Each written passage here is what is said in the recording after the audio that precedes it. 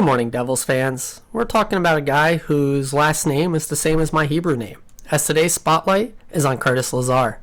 Born February 2nd, 1995 in British Columbia, he was raised in Vernon along with his three siblings by his parents Dave and Karen. Because of having to juggle three other kids, Curtis's parents would have him take a Greyhound bus for his youth hockey games. By 2009-2010, Lazar was captaining the Pursuit of Excellence prep hockey team, where he would put up 57 goals and 115 points in 51 games. In 2010, he'd play in the John Reed Memorial Tournament, scoring 9 goals, 15 points in 5 games, where he was named MVP, top forward, and an All-Star. For his play, he'd be rewarded the 2010 Hockey Now BC Hockey Hall of Fame Minor Hockey Player Achievement Award. Bit of a mouthful on that one. At the 2010 WAHL Bantam Draft, Lazar was drafted second overall by the Edmonton Oil Kings. But because he was only 15 at the time, he could only play in 5 games on the season, so he spent most of his time with the Okanagan Hockey Academy. On his last of his 5 games, Lazar would get his first WHL point and an assist on a goal against Darcy Kemper. 2011, Lazar would captain Team British Columbia at the 2011 Canada Winter Games to a gold medal with 12 goals, 17 points, where he would also have back-to-back hat tricks. In this tournament, he broke Steven Stamkos' goal record and Sidney Crosby's point record. Lazar, so clearly, we are looking at a potential offensive NHL stud here for some point in his career. Clearly. Lazar would play for the Edmonton Oil Kings for 3 full seasons, winning the Ed Chenoweth Cup his rookie year, but came up just short of the repeat as a sophomore. Heading into the 2013 NHL entry draft, Lazar would be ranked 20th, but would end up going 17th overall to the Ottawa Senators.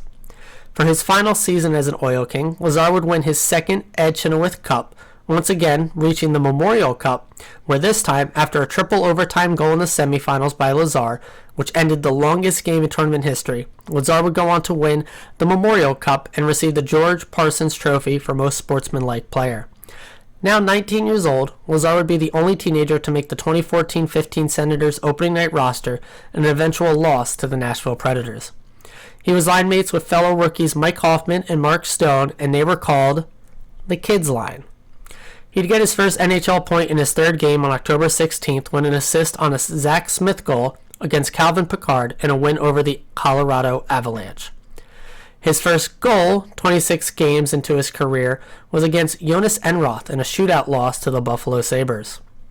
As a rookie, he would put up 6 goals, 9 assists for 15 points in 67 games and would be pointless in 6 playoff games. In 3 seasons as an Ottawa Senator, he'd score 12 goals, 24 assists, and 36 points, during which he'd have a bout of mono that required a conditioning stint in the AHL, ended with him being a healthy scratch in 5 of his last 9 games as a Senator. On March 1st, 2017, at the NHL trade deadline, the Senators would send Lazar and Michael Koska to the Calgary Flames in exchange for Jyrki Jokapaka and a second-round pick in the 2017 draft. He'd be a healthy scratch in his first 7 games there. He would go on to score 1 goal and 2 assists for 3 points in 4 regular season games, and would get into 1 playoff game, which found the Flames ended up being eliminated in. As a restricted free agent, Lazar would sign a 2-year, $1.9 million extension with the Flames. His first year, of which he'd score 2 goals, 10 assists for 12 points in 65 games. Second year, however, he'd bounce between being a healthy scratch or playing in the AHL, ultimately only playing in 1 NHL game that season with no points. Now unrestricted free agent, he would sign a 1-year, $700,000 contract with the Buffalo Sabres. He'd again bounce between the NHL and AHL, once again playing in 38 games, scoring 5 goals and 10 points in the NHL. Lazar would be extended with Buffalo on a 2-year, $1.6 million contract. In the 2020-21 COVID-shortened season, Lazar would be a full-time NHLer, scoring 5 goals and 9 points in 33 games with Buffalo, before being traded to the Boston Bruins alongside Taylor Hall in exchange for Anders Bjork and a 2021 second-round pick. He'd scored 2 goals, 4 points in 17 regular season games with them and 1 assist in 10 playoff games. In the final year of this contract, he'd play in 70 regular season games with Boston, scoring 8 goals, 16 points, and 1 goal in 7 playoff games.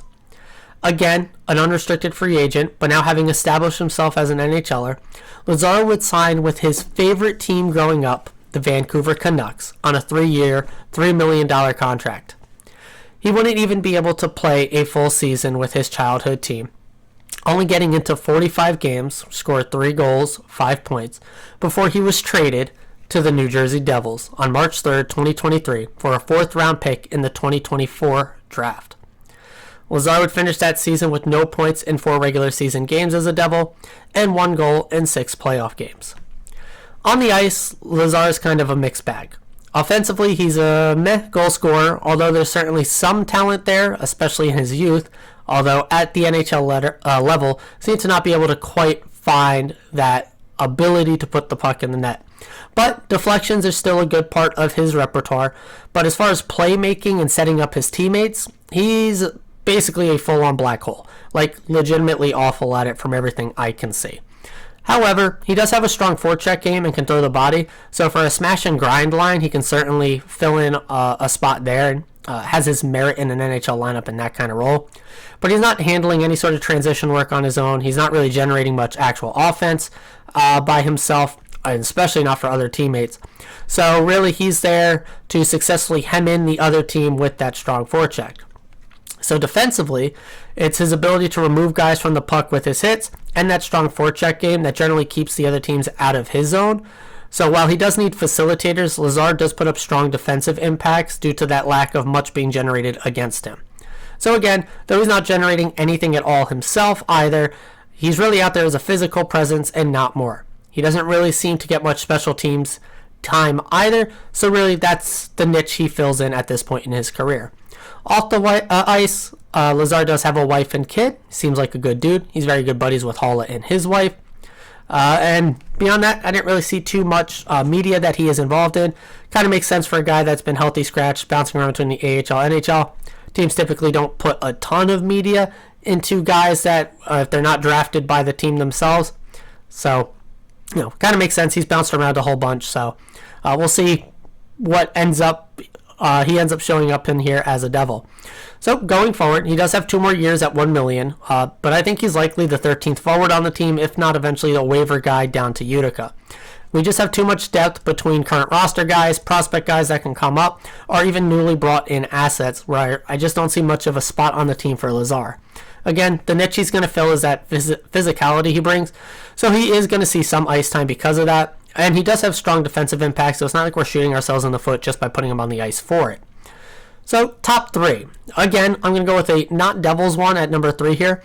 If you haven't seen it, there's a great clip of him as an Ottawa Senator, where after a home ice win over Boston, he celebrated with his team on the ice by eating a hamburger that was thrown on it. For those that don't know, Ottawa Senators used to have a goalie, Hamburger, where after big wins they would throw hamburgers on the ice because of his nickname. Now, the one that Lazar ate, according to him, was wrapped, so it never actually hit the NHL ice. You can decide to believe him or not on that one. Number 2 was how excited he seemed to be in Jersey after his interview coming here, even after being traded by his childhood team. That had to kind of sting a bit. I mean, he signed a 3-year deal, being back in his home province with family, friends, playing for the team you grew up rooting for, and not even a full season in, they trade you not just out of the country, but across the entire continent.